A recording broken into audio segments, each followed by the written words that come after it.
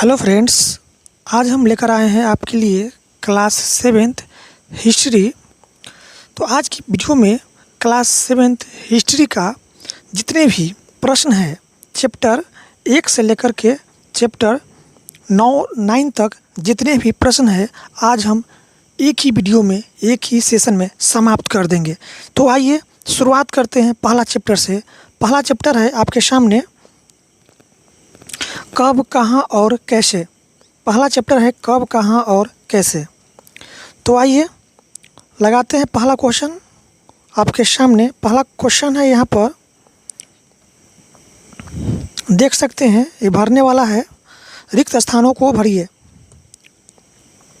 16वीं शताब्दी के आरंभ में डैश ने हिंदुस्तान शब्द का प्रयोग डैश किया। ठीक है, तो इसका आंसर नीचे दिया हुआ है कि 16वीं शताब्दी के अंत में जो है, आरंभ में जो है, यह बाबर जो है वस्तुतः संपूर्ण महाद्वीप के लिए हिंदुस्तान शब्द का प्रयोग किया था। ठीक है, तो इसका आंसर हो जाएगा बाबर। ठीक है, क्या हो जाएगा? बाबर। दूसरा है डैश एक विशेष प्रकार का फारसी इतिहास है। तो इसका आंसर नीचे दिया हुआ है तारीख उल हिंद। ठीक है, तारीख उल हिंद जो है ना, यह एक प्रकार का फारसी क्या है? इतिहास है। तीसरा क्वेश्चन है कि डैश लोगों द्वारा भारत में एक नए धर्म का आगमन हुआ था। तो हिंदी अरबों के साथ जो है ना, अरब के लोगों के साथ भारत में एक नए धर्म का आगमन हुआ था। तो इसका आंसर हो जाएगा, यहाँ पर क्या भराएगा? अरबों के साथ। ठीक है। चौथा क्वेश्चन है कि भारत में कागज़ का प्रयोग डैश शताब्दी के आसपास हुआ था।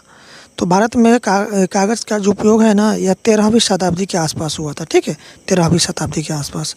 अब यहाँ प्रश्न 2 है, जोड़े बनाइए। ठीक है, राजतरंगिणी। तो राजतरंगिणी ये कश्मीर का इतिहास है। ठीक है, कश्मीर का इतिहास किसने लिखा था? राजतरंगिणी ने। भक्ति संत ये दरिया साहब थे। ठीक है, उसके बाद है तबकात ए नासिरी, ये था मिनहाउस उस सिराज। शेर शाह का मकबरा कहाँ है? सासाराम में। और मान सिंह ये क्या था? बैकटपुर का शिव मंदिर का निर्माण करने वाला था। ठीक है, अब यहाँ पर आ जाते हैं। एक इम्पोर्टेंट क्वेश्चन यहाँ पर दिया हुआ है कि कागज़ का आविष्कार सर्वप्रथम कहाँ हुआ था? तो याद रखिए, कागज़ का आविष्कार जो है ना, सर्वप्रथम चीन में हुआ था। ठीक है, कहाँ हुआ था? चीन में। बस इस पाठ में बस इतना ही प्रश्न था। अब चलते हैं अगले पाठ की ओर। अगला पाठ है, देख सकते हैं फ्रेंड्स, अगला पाठ से नए राज्य एवं राजाओं का उदय। ठीक है, नए राज्य एवं राजाओं का उदय। चलिए आइए इस पाठ पर जितने भी क्वेश्चन दिया हुआ है उस क्वेश्चन पर चर्चा करते हैं। यह सभी क्वेश्चन बहुत ही महत्वपूर्ण है और आज हम एक ही क्लास में सभी क्वेश्चन को समाप्त कर देंगे। यहाँ पर भरने वाला क्वेश्चन है, पहला क्वेश्चन भरने वाला प्रश्न यहाँ पर दिया हुआ है कि पृथ्वी राज किस राज का राजा था? तो पृथ्वी राज दिल्ली तथा अजमेर राज का राजा था। ठीक है, पृथ्वी राज जो था ये दिल्ली तथा अजमेर राज का राजा था। ये सब ऑब्जेक्टिव क्वेश्चंस नहीं है, ये सब अभी सब जरूरी नहीं है। परीक्षा के दृष्टिकोण से देखते हैं कौन सा क्वेश्चन यहाँ पर दिया हुआ है, कौन सा क्वेश्चन मुझे पढ़ना है। यहाँ पर क्वेश्चन दिया हुआ है, जोड़े बनाइए। ठीक है, यहाँ पर क्वेश्चन, ये सभी क्वेश्चन किताब का है, मैं अपना से नहीं बनाया हूँ, सब कुछ किताब का क्वेश्चन है। ठीक है, सब किताब का क्वेश्चन लेकर आया हूँ आपके सामने। सोमनाथ का मंदिर कहाँ है? गुजरात में। ठीक है, कहाँ है? सोमनाथ गुजरात में। सेनवंश तो बिहार में है। ठीक है, गोपाल लोगों द्वारा चयनित शासक था। ठीक है, कन्नौज ये त्रिपक्षीय संघर्ष था और मध्य भारत ये गुर्जर प्रतिहार था। ठीक है, अब क्वेश्चन नंबर 2 है कि दक्षिण के प्रमुख राज्य के कौन कौन थे? दक्षिण के प्रमुख राज्य कौन कौन थे? तो ये था चोल, चेर, पांड्य, राष्ट्रकूट, चालुक्य। ये सब क्या था? दक्षिण के प्रमुख राज्य था। ठीक है, तो इस चैप्टर में बस इतना ही प्रश्न दिया हुआ था, कोई खास इस चैप्टर में प्रश्न नहीं था।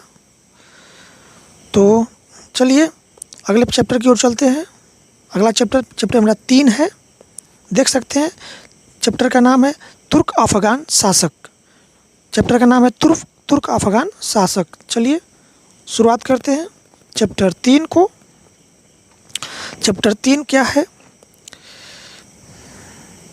यहाँ पर ये सब ऑब्जेक्टिव क्वेश्चन है, ये सब पढ़ना मुझे ज़रूरी नहीं है। आ जाते हैं ऑब्जेक्टिव क्वेश्चन की ओर।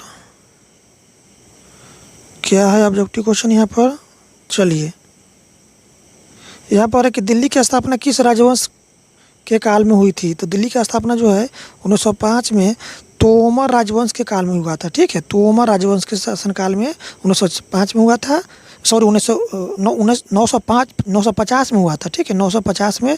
लेकिन 12वीं शताब्दी में अजमेर के शासक चौहानों ने दिल्ली पर अधिकार कर लिया था। ठीक है, नेक्स्ट है यहाँ पर दिया हुआ कि दिल्ली के किस सुल्तान ने नहरों का निर्माण करवाया था? ठीक है, तो दिल्ली के सुल्तान फिरोज शाह तुगलक ने नहरों का निर्माण कराया था। ठीक है, और यहाँ पर मिलान करने वाला है। चलिए देखिए, मिलान करने वाला है यहाँ पर कि प्रारंभिक तुर्क वंश ये कुतुबुद्दीन ऐबक होगा। खिलजी वंश का संस्थापक जलालुद्दीन खिलजी था। तुगलक वंश का संस्थापक गयासुद्दीन था। सैयद वंश का संस्थापक खिज्र खां और लोदी वंश का संस्थापक बहलोल था। ठीक है, बहलोल लोदी। ये बहुत ही इंपॉर्टेंट क्वेश्चन है, आप याद कर लीजिएगा। ठीक है, संस्थापक वाला। तो इस पाठ में यहाँ पर इतना ही दिया हुआ था, कुछ खास नहीं था। जो मेन टॉपिक था उसको हम पढ़ा दिए। चलते हैं अगला चैप्टर की ओर, चैप्टर नंबर 4 की ओर। चैप्टर नंबर 4 देख सकते हैं आप। चैप्टर नंबर 4 यहाँ पर है मुगल साम्राज्य। ठीक है, मुगल साम्राज्य। चलिए पढ़ते हैं इस चैप्टर को। इस चैप्टर के जितने भी क्वेश्चन हैं, चलिए देखते हैं क्वेश्चन को। क्या है क्वेश्चन? इम्पोर्टेंट क्वेश्चन ही मुझे देखना है। यहाँ पर देखिए, यहाँ पर मिलान करने वाला है, सही जोड़ का मिलान कीजिए। ठीक है, मनसब क्या है? एक पद है। ठीक है, बैरम खां अकबर को कहा गया था। सूबेदार गवर्नर को कहते हैं। ठीक है, जहांगीर न्याय की जंजीर को कहते हैं। ठीक है, न्याय की जंजीर किसको कहा गया था? जहांगीर को। और महाराणा प्रताप को चित्तौड़ का ये क्या था? चित्तौड़ का शासक था महाराणा प्रताप। ठीक है, अब दूसरा है मिलान करने वाला। ठीक है, मिलान करने वाला है। पानीपत की प्रथम लड़ाई बाबर और डैश के बीच डैश ईस्वी में हुई थी। देखो, पानीपत की जो लड़ाई हुआ था बाबर और इब्राहिम लोदी के बीच 1526 में हुआ था। ठीक है, पानीपत की प्रथम लड़ाई बाबर और इब्राहिम लोदी के बीच कब हुआ था? 1526 में। ठीक है, तो यहाँ पर क्या हो जाएगा? इब्राहिम लोदी 1526 ईस्वी। ठीक है, दूसरा है कि यदि जात एक मनसबदार के पद और वेतन का घोतक था तो सवार उसके डैश को दिखाता था। तो सवार, इसका आंसर नीचे दिया हुआ है, सैन्य बल को दिखाता था। क्या दिखाता था? सैन्य बल को। ठीक है, इसका आंसर नीचे दिया हुआ है। तीसरा नंबर क्वेश्चन है कि शेर शाह ने डैश बड़ी संख्या में निर्माण करवाया था। तो शेर शाह क्या निर्माण करवाया था? अधिक तो ये करवाया था सरायों के निर्माण करवाया था। ठीक है, सरायों के अधिक निर्माण करवाया था। ठीक है, चौथा क्वेश्चन है अकबर का दरबारी इतिहासकार डैश था जिसने डैश नामक पुस्तक लिखी थी। तो अकबर का दरबारी कौन था? ये अबुल फजल था, जिसने क्या लिखा था? अकबरनामा। ठीक है, अकबरनामा लिखा था। जो कौन था? यह अकबर का दरबारी इतिहासकार था अबुल फजल, जिसने क्या लिखा था? अकबरनामा लिखा था। ठीक है, क्वेश्चन नंबर 5 देखते हैं। क्वेश्चन 5 डैश मुगल साम्राज्य वास्तविक संस्थापक था। देखिए, मुगल साम्राज्य का संस्थापक कौन था? अकबर। ठीक है, कौन था? अकबर। ठीक है, कौन था? अकबर। अकबर मुगल साम्राज्य का वास्तविक संस्थापक था। ठीक है, इस चैप्टर में इतना ही क्वेश्चन दिया हुआ था इंपॉर्टेंट। चलिए अब चलते हैं अगला चैप्टर की ओर, चैप्टर नंबर 5 की ओर चलते हैं। ठीक है, चैप्टर 5 की ओर चलते हैं। चैप्टर 5 क्या है? चैप्टर 5 है शक्ति के प्रतीक के रूप में वास्तुकला। ठीक है, चलिए पढ़ते हैं इस चैप्टर को। इस चैप्टर में जो इम्पोर्टेंट क्वेश्चन है उसको हम देखेंगे अभी। प्रश्न 1 है मध्यकाल में मंदिर निर्माण की कितनी शैलियाँ मौजूद थी? तो मध्यकाल में मंदिर निर्माण की 3 शैलियाँ मौजूद थी। ठीक है, कितनी शैलियाँ? 3 शैलियाँ। प्रश्न नंबर 2 है बिहार में नागर शैली में बने मंदिरों का सबसे अच्छा उदाहरण कौन सी है? तो बिहार में नागर शैलियों में बना हुआ मंदिर का सबसे अच्छा उदाहरण है गया का विष्णु मंदिर। ठीक है, गया का विष्णु मंदिर। ठीक है, यह किस शैली में बना हुआ है? तो ये जो बना हुआ है आपका नागर शैली में। ठीक है, नागर शैली में बना हुआ है। क्वेश्चन यहाँ पर घ देखते हैं। क्वेश्चन नंबर 3 देखते हैं, ठीक है। क्वेश्चन नंबर 3 है, मुसलमानों द्वारा बिहार में बनाई गई सबसे महत्वपूर्ण इमारत कौन सा था? तो मुसलमानों द्वारा बनाई गई सबसे महत्वपूर्ण इमारत ये था मनेर की दरगाह, ठीक है। क्या था? मनेर की दरगाह। चौथा नंबर प्रश्न है यहाँ पर कि मुगलकालीन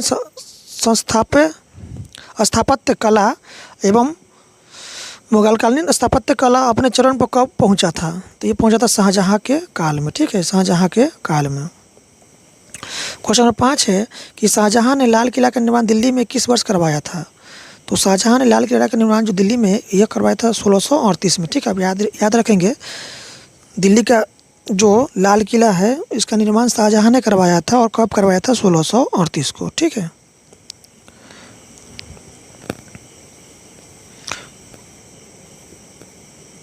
तो यहाँ पर इस चैप्टर में इतना ही प्रश्न था, इम्पोर्टेंट दिया हुआ, ठीक है। अब चलते हैं अगले चैप्टर की ओर, चैप्टर नंबर 6 की ओर चलते हैं। चैप्टर नंबर 6 है, देख सकते हैं, चैप्टर का नाम है शहर, व्यापारी एवं कारीगर, ठीक है। चलिए इस चैप्टर को पढ़ते हैं। यह चैप्टर है, यहाँ पर आइए देखते हैं इम्पोर्टेंट प्रश्न को। यहाँ पर मिलान करने वाला है। देखिए, मंदिर नगर कहाँ है? दिल्ली में है। तीर्थ स्थल तिरुपति है, ठीक है। प्रशंसक नगर गोवा, ठीक है।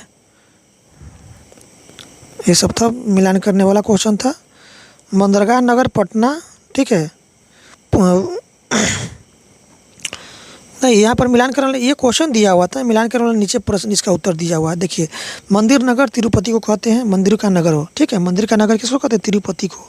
कहाँ है तिरुपति? आंध्रा में है। तीर्थ स्थल किसको कहा जाता है? पुष्कर को, ठीक है। पुष्कर को तीर्थ स्थल कहते हैं। प्रशासनिक नगर दिल्ली को कहते हैं, ठीक है। बंदरगाह नगर गोवा को बंदरगाह नगर कहते हैं। वाणिज्य नगर पटना को हम कहते हैं, ठीक है, याद रखिएगा। तो इस चैप्टर में इतना ही प्रश्न था हमारे लिए। चलते हैं अगले चैप्टर की ओर, चैप्टर नंबर 7 की ओर चलते हैं। चैप्टर नंबर 7, ठीक है। चैप्टर नंबर 7 को देखते हैं। चैप्टर 7 है सामाजिक, सांस्कृतिक एवं विकास। चलिए पढ़ते हैं इस चैप्टर में जो प्रश्न दिया हुआ है उसके बारे में।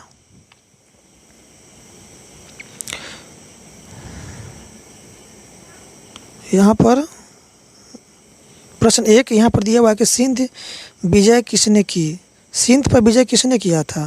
तो ये किया था मोहम्मद बिन कासिम ने किया था सिंध विजय, ठीक है। दूसरा है मोहम्मद गजनी के साथ कौन सा विद्वान भारत आया था? ठीक है, तो महमूद गजनी के साथ अलबिरनी जो था यह भारत आया था, ठीक है। और तीसरा क्वेश्चन कि भारत में कुर्ता पैजामा का प्रचलन किनके आगमन से शुरू हुआ था? तो भारत में कुर्ता पैजामा का प्रचलन जो है यह मुसलमानों के आगमन से हुआ था, ठीक है, मुसलमानों के आगमन से। चौथा प्रश्न है अलवार और नायनार कहाँ के भक्त थे? तो अलवार और नायनार जो था यह दक्षिण भारत के भक्त थे, ठीक है, दक्षिण भारत का। और पांचवा है कि मोइनुद्दीन चिश्ती की दरगाह कहाँ है? तो मोइनुद्दीन चिश्ती का दरगाह जो है यह आगरा में है, ठीक है, सॉरी अजमेर में है। कहाँ पर है? अजमेर में, ठीक है। मोइनुद्दीन चिश्ती का दरगाह कहाँ है? अजमेर में, ठीक है। और यहाँ पे मिलान करने वाला क्वेश्चन है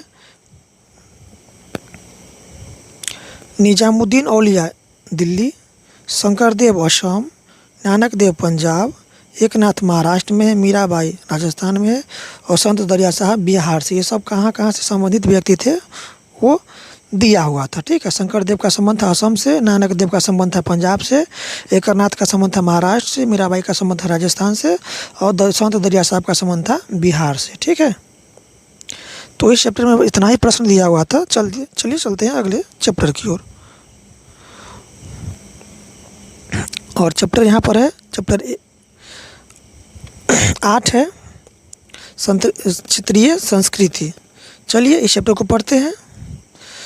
रिक्त स्थानों को भरिए। क्या है? उर्दू एक डैश भाषा है। देखिए उर्दू एक क्या है? मिश्रित भाषा है। क्या है? मिश्रित भाषा है। उर्दू की उत्पत्ति डैश शताब्दी में हुई। तो उर्दू की जो उत्पत्ति है ना यह 11वीं शताब्दी में हुआ था, ठीक है, 11वीं शताब्दी इसका राइट ऑप्शन हो जाएगा, भराएगा इसमें। उर्दू का शाब्दिक अर्थ डैश है। तो उर्दू का शाब्दिक अर्थ शिविर होता है। क्या होता है? शिविर होता है। ठीक है।